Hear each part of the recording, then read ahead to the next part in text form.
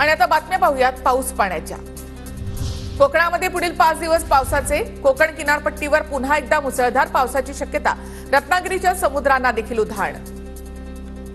जळगाव जिल्ह्यामध्ये जून आणि जुलै महिन्यामध्ये 61% पाऊस, तर गिरणा, अंजनी, भोकरबारी, बोरी आणि मन्याड प्रकल्प भरण्यासाठी अद्यापही पावसाची अपेक्षा। गोंदियामध्ये अतिवृष्टीमुळे आतापर्यंत 4000 हेक्टरवरील पिकांचे नुकसान, 1306 घरांची पडझड, 5 जणांचा मृत्यू।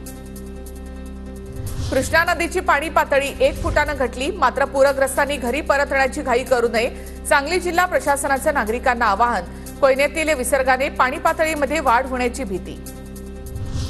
वाशिम तलावाची माती वाहून गेल्यामुळे भिंतींना पाझर, ग्रामस्थांमध्ये भीतीचं वातावरण। सखल भागामध्ये पाणी, पिकांचे नुकसान झाल्यामुळे शेतकरी चिंतेत। मुंबईत पावसाळ्याच्या 2च महिन्यात 86% पावसाची नोंद। गुरुवारपासून पुढील 2 दिवस मुंबईसह ठाणे, पालघरमध्ये मुसळधार पावसाचा अंदाज। राधानगरी धरणाचे 5 स्वयंचलित दरवाजे पुन्हा उघडले। धरणाच्या 7 दरवाजांमधून 10,000 क्युसेक्सने भोगावती नदीमध्ये विसर्ग सुरू। पुण्याच्या इंदापूरमधील उजनी धरण 50% भरलं। 2 महिन्यामध्ये उजनी धरणात 60 टीएमसी पाणीसाठा। धरणामध्ये 21,000 क्युसेक पाण्याचा विसर्ग। सिंहगड किल्ल्यावर जाणाऱ्या रस्त्यावर दरड कोसळली। सिंहगड किल्ला आठवडाभर पर्यटकांसाठी बंद असेल।